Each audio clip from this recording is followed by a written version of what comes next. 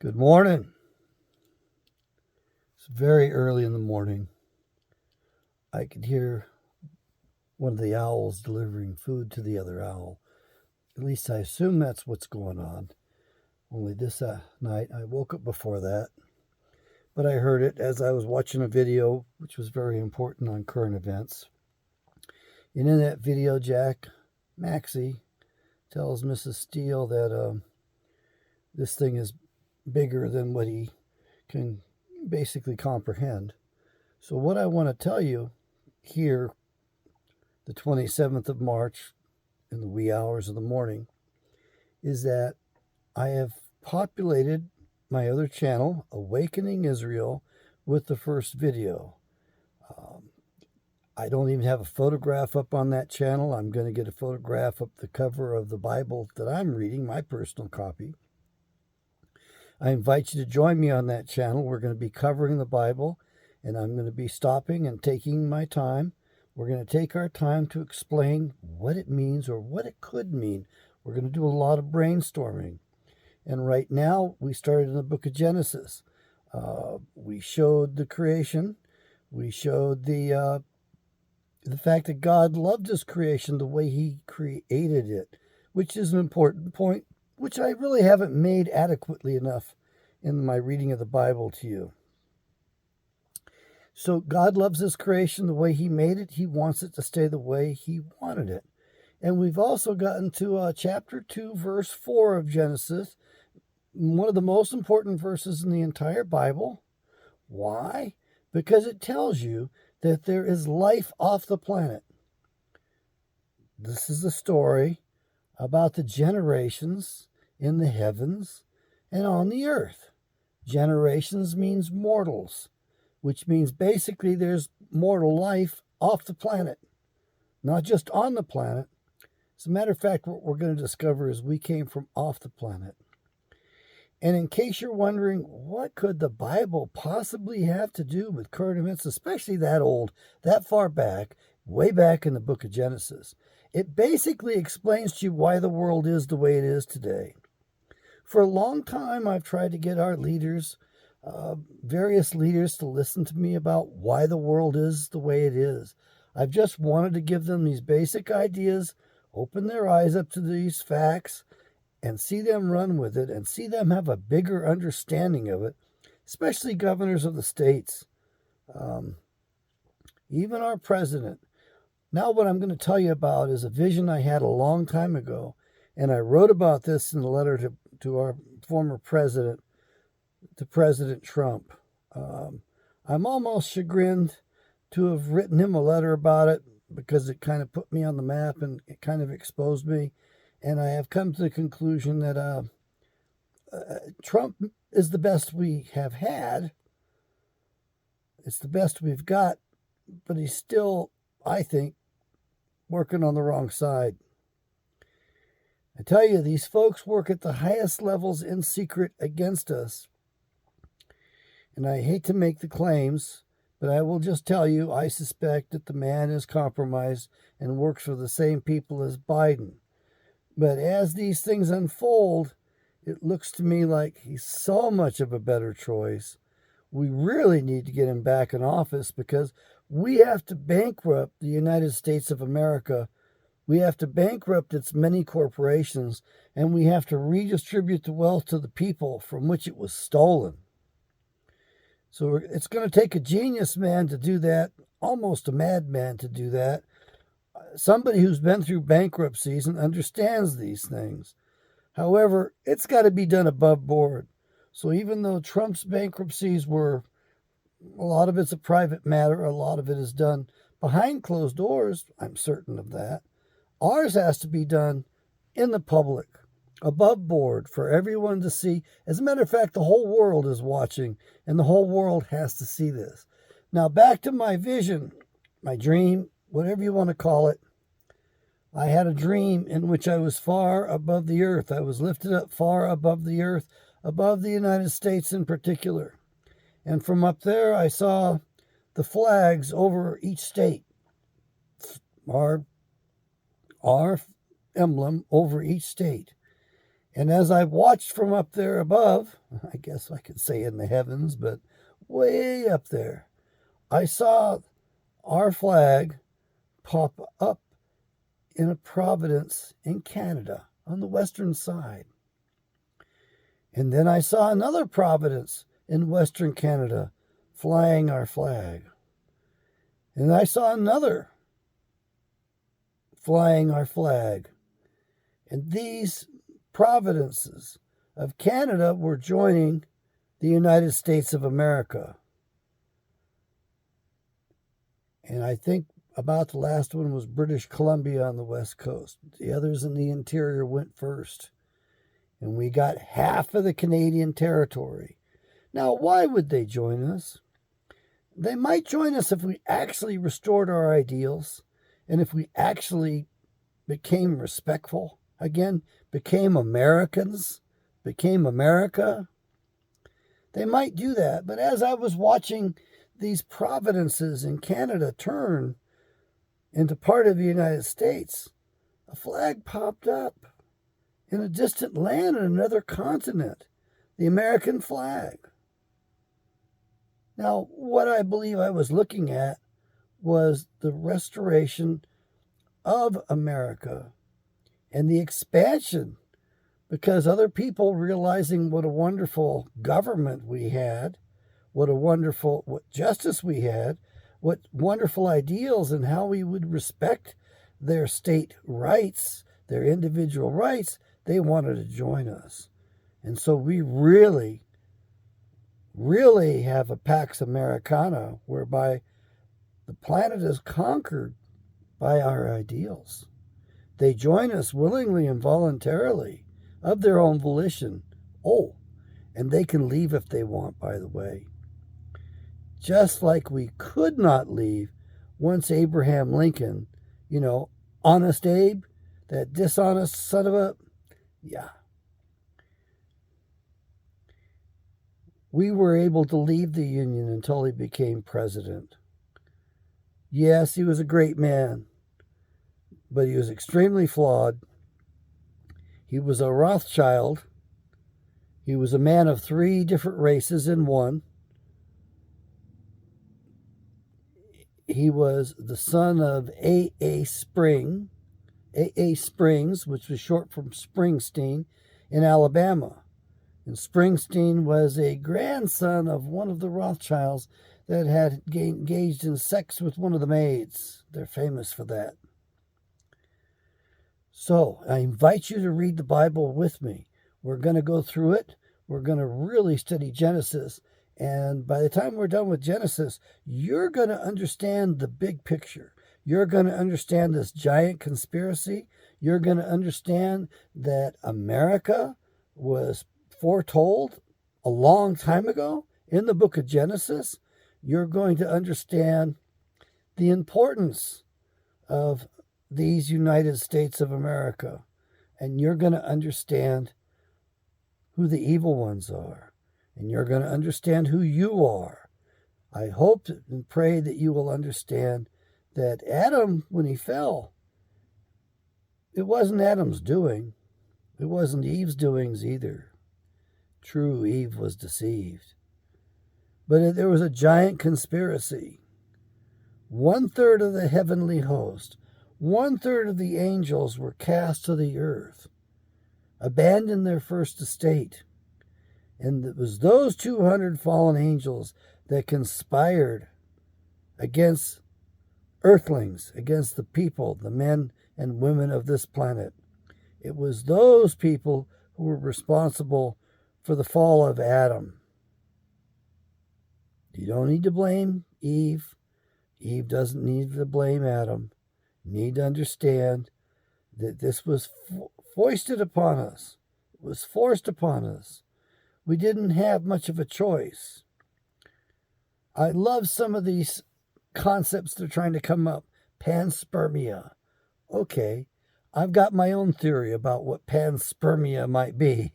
And that is this angelic DNA, fallen angelic DNA that messed with the creation, that disturbed the creation the way that Yahweh, God, wanted it, the way he created it.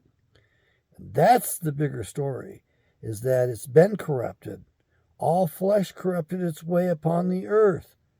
The flood of Noah. What's that refer to? The fact that there were hybrids. The fact that there was interbreeding among species that Creator Father Yahweh God didn't want, didn't like, and it threatened his creation. And at this point, there are a lot of us running around on the planet that have got a little bit of that DNA in us. And we have to be careful of that. I don't know how we're going to handle it.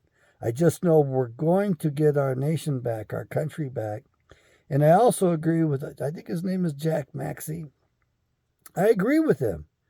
Every one of those jackasses in Washington, D.C. needs to be strung up. Some literally, not just figuratively.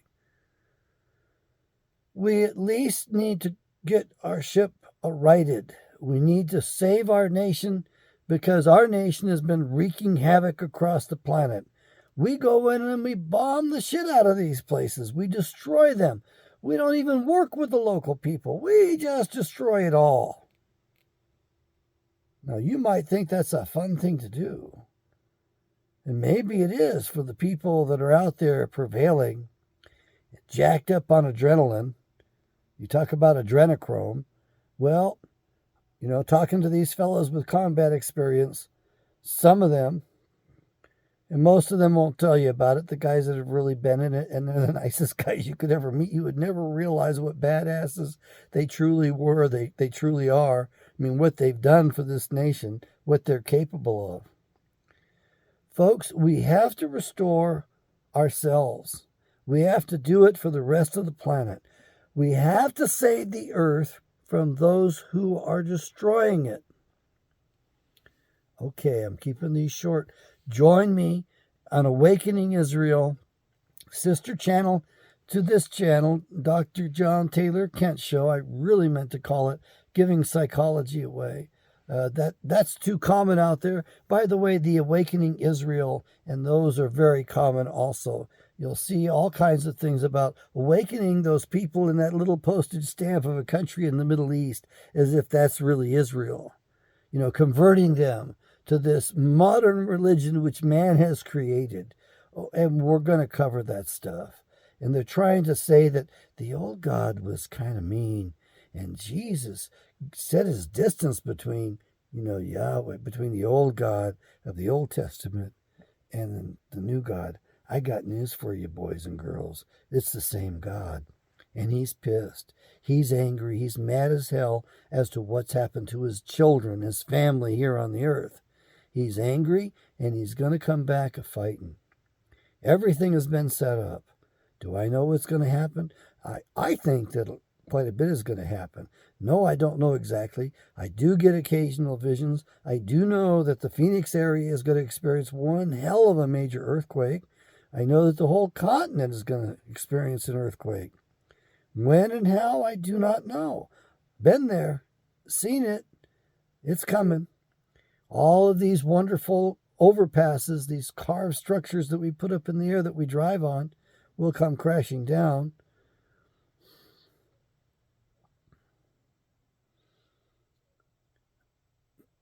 Folks, this disturbance in all of creation appears to have happened during this earth age, but it's coming to a culmination. So regardless of whether or not it happened during this earth age or previous earth age, we get to fix it during this earth age. That's what my mission is. That's what your mission is. We have to leave this place better than we got here. There's so much I want to tell you. I thank you for joining me. Do like and share the video. Subscribe, please. Buy my Bible. Above all, buy the Bible. Don't send me money. Yeah, I could put it to good use, but I'd rather earn the money. I'd rather give you far more value than you're giving, the publisher, the folks that I represent, that Bible that I represent. I'd rather give that to you and put that in your hands at a very affordable price. These Bibles are printed up in Belarus. We got them last year. I don't know if we're going to get another batch in. There's quite a few. Prices are artificially low right now because we want to get the word out. I mean, every time I check, the price is lower. So get in there and buy these while the price is so low. When you see a price that ends in 77 cents, those famous numbers, you'll know that I'm getting a commission off that, a small commission, and I appreciate that. You'll know that if you see Kent, my last name, Kent, in the address line, that you're on an offering for which I get credit. And if you have a problem with getting one ordered up and making sure that, I'm getting credit for it, go ahead and call up. Call up and order the Bible yourself and tell them I sent you. The publisher is not responsible for my interpretations of the Bible. My interpretations are a little bit on the odd side, I will admit. I love hanging out with my brothers and sisters that understand this stuff, and I love getting to learn from them. It's just wonderful. It brings me the greatest joy on the planet. There's nothing I like talking about more, folks, than the truth that is in the Bible, the real stuff that is in the Bible. And you're going to find out that it's written at many levels. Many stories are encoded in there. I mean, the stories of the Sumerians are in there. And one of those was that one of those dudes took a couple of planets and merged them together. Well, you're going to find out, I hope, that I can find this passage. Unfortunately, my older friend is passing away. He's got dementia pretty badly. He was a geologist. And what he said that he was in a Bible study a year or two ago. Actually, he's in 3 of them at the time. And he said that in one of them, they had proven that the Earth was struck by another planet, and that because of that, the Earth had an abundance of heavy metals on it, more heavy metals than a planet of this size would normally have. And because of those heavy metals, that's why we have this life on Earth. That's why we have this precious life. That's why this creation is possible. And in case you're wondering, I think that other planet brought us a whole bunch of gold. And I think that other planet struck us in North America. The Grand Canyon, perhaps. Yep, that's what I think. And you see these New World Order jackasses at one time, and I include President John F. Kennedy in that. He was part of this conspiracy. He thought some of this stuff was a good idea. They were all seduced into this stuff. These New World Order fellows said it wasn't fair that the United States of America had all of the gold. Yes, we've got the gold reserves. However, silver's kind of important. And once silver goes openly on the market, the richer country is going to be Mexico. Yeah, I know. Isn't that ironic? I think it's wonderful because once those people discover their wealth and the silver mines open and they're getting paid properly, we're not going to need any kind of a border wall. They might want one against us. They're going to be so wealthy. There's going to be so much work down there. But those people, I don't think they can do it on their own. And if I was a president or Führer or, emperor for America for a few years, one of the first things I'd do would be declare war against Mexico. I'd want a limited war. I'd want our special forces to go in there and get rid of these narco-terrorists with prejudice. We're not going to bother to try these guys. We're going to go down there and kill them since they've been killing our own people up here. Just have special forces, give them carte blanche, let them go to town and do their job. And then bring in the United States Army and let the Army administer the entire country of Mexico. The Mexicans will actually love it. I wouldn't bother building a wall. I'd use the entire country as a buffer. Mexico's got oil. We've got more oil in the United States. We really don't need their oil, but it would be wonderful maybe to build a pipeline up to Yuma and have a refinery there. I think what would be nicer is if we actually bought that territory or took that territory from the southern parallel of the border of Arizona straight across to California. And we take that land and compensation for all the welfare we've provided them over these years. That would give Arizona a port city. That would change things drastically in Arizona. That would give us a little bit more of a buffer zone. It would expand California a little bit. We had a chance to buy that land, but the Congress dragged their feet. They were too slow. Mexico wanted to sell it.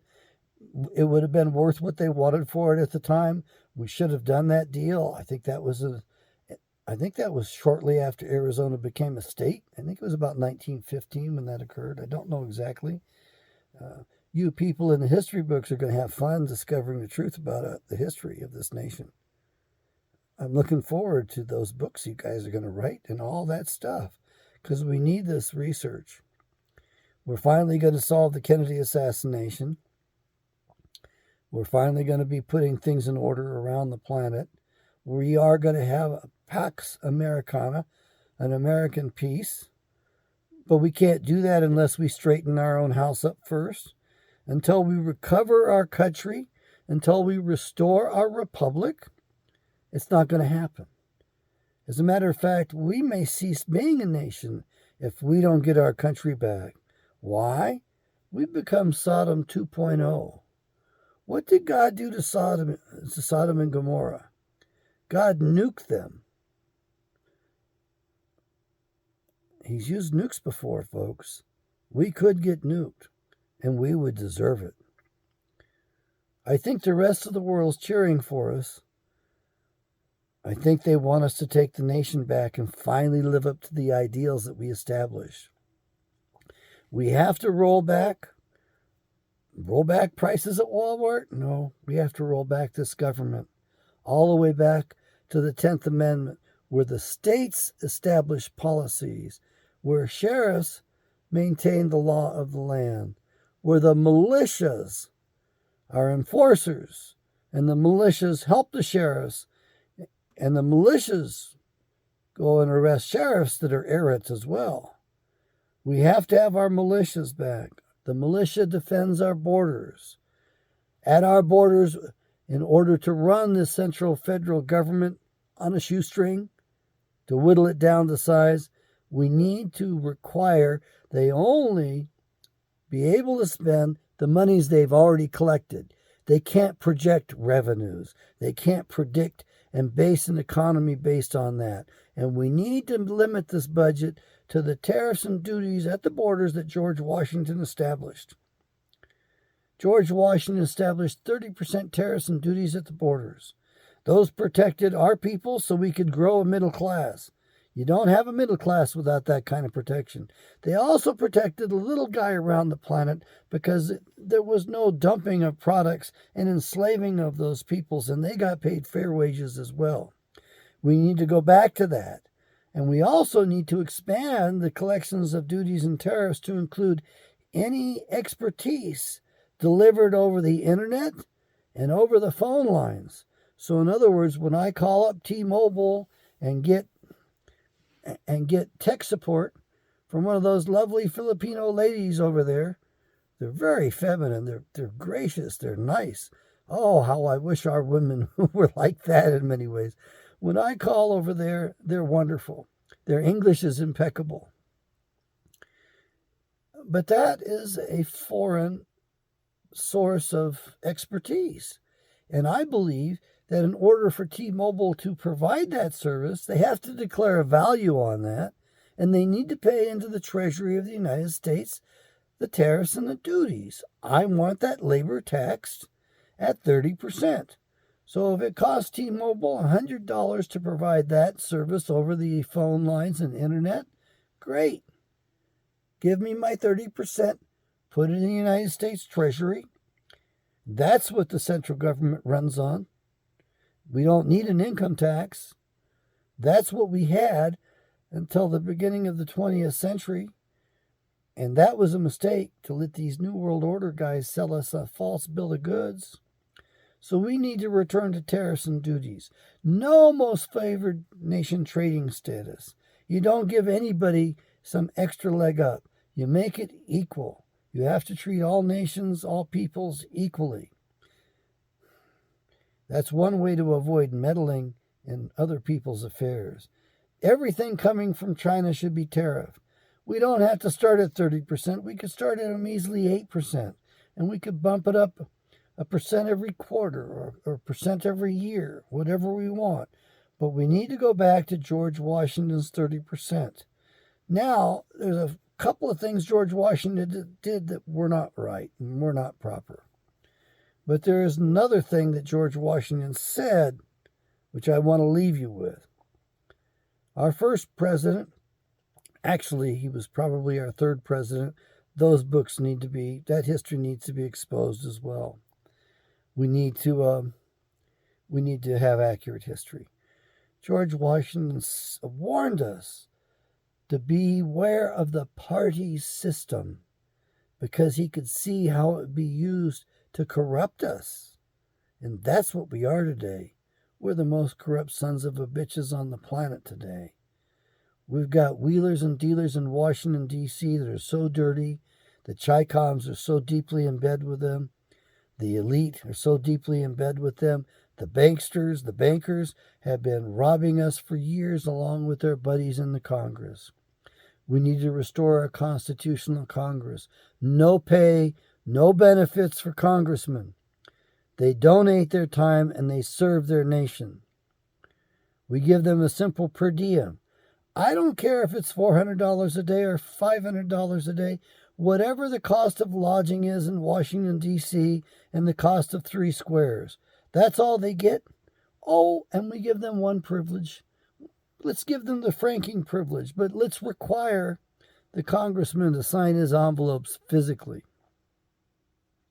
Yes, we can provide the office for them, but the idea is that these men knew how to run their budgets. They were successful. They knew what it took to run a business. And when they ran out of money to support themselves, they didn't stay in Congress. They went home. Somebody else got a chance to serve the people. No pay, no benefits for Congress. The Congress is the most powerful part of the 3 branches of the federal government. They're not co-equal. The Congress is the most powerful. We don't wage war without the Congress. The Congress has to declare it. The President of the United States is not the commander-in-chief until the Congress authorizes him to go to war. He's not able to do that stuff outside of our borders unless the Congress approves. And the Congress has to decide, is it going to be a limited war or is it going to be an unlimited war? Is it going to involve just our Navy or just our Army? Folks, we're going to have peace on this earth. We're going to have Pax Americana. That's for sure. Don't let these people dissuade you. Don't let anybody convince you that it's all going to end, that the world's coming to an end. Don't let them enchant you.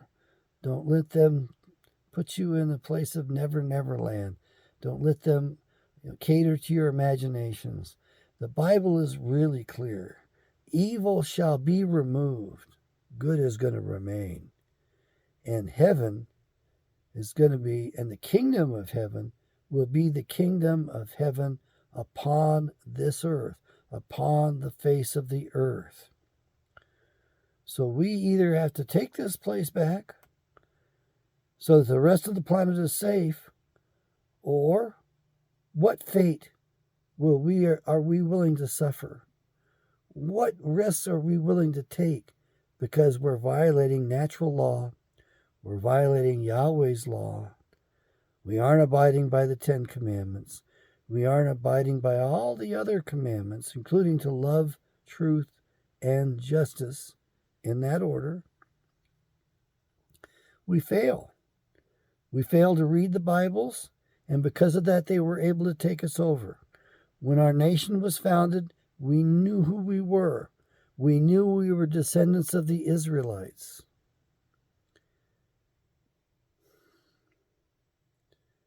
I can't remember which founding father it was that passed away, but when he passed away, his supposed nemesis wrote a eulogy and said, "We have lost a great man in Israel. In order to take us over, they had to give us these phony religions. They had to give us an entirely new Bible, which they conjured up in the early 1900s called the Schofield Reference Study Bible. It had more footnotes and study notes than it had Bible. And it claimed that Moses was a Jew and he wasn't. It also made all kinds of things that are in there. There's a good record of these things, and when you read it carefully, you'll understand the Israelites were a paternal society. They weren't maternal. That maternal society came out of Mount Seir, came out of Mount Edom. Okay, folks, I'm way over the half-hour mark, and I know you aren't going to watch this, many of you, but those of you who, may you be blessed. May you join us. May you join me. Buy this particular Bible. Read it with us. Read it for yourself. If you think it means something else, go with it. Don't take my word for it. I'll do the best I can for you so that you will be able to open it up and read it and understand it better. But I do not read Greek. I do not read Aramaic. I don't understand those languages. It's the people that come after me that read those languages that are going to be able to understand it much better and explain it better. There were no periods, paragraphs, verses in the original Bible. We added those later. There were no vowels even in it. We added those as well. So this needs a lot of study. The Creator, Father, bless you today. Be grateful for what you have. Thank Him for every good thing. Thank Him for your food and your drink. Thank Him for the relative peace in which we live today. Pray for our leaders and that they may keep the peace. But don't pray they stay in power. Pray they be exposed for their foibles. Pray they be exposed for their sins. Pray they be exposed for their treason. Even in the Apocrypha, it speaks, in the King James Version, it speaks of sedition. I believe that word sedition in that particular passage in the Apocrypha refers to what happened with President Trump. Clearly, he was the people's choice. He certainly did not lose that election. And the rest of the world knows that we are not a free nation.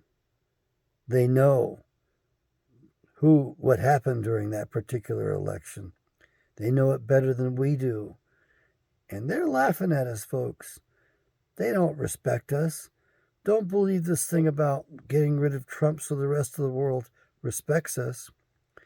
We need Trump. We need him to bankrupt the central government, to restore law and order. I just wonder if this man is willing to come clean with us himself. And I'm wondering if he's willing to actually accept the job Yahweh's given him. Will he be an agent of Yahweh, or is he going to stay with the bad boys? That's my question. Good day.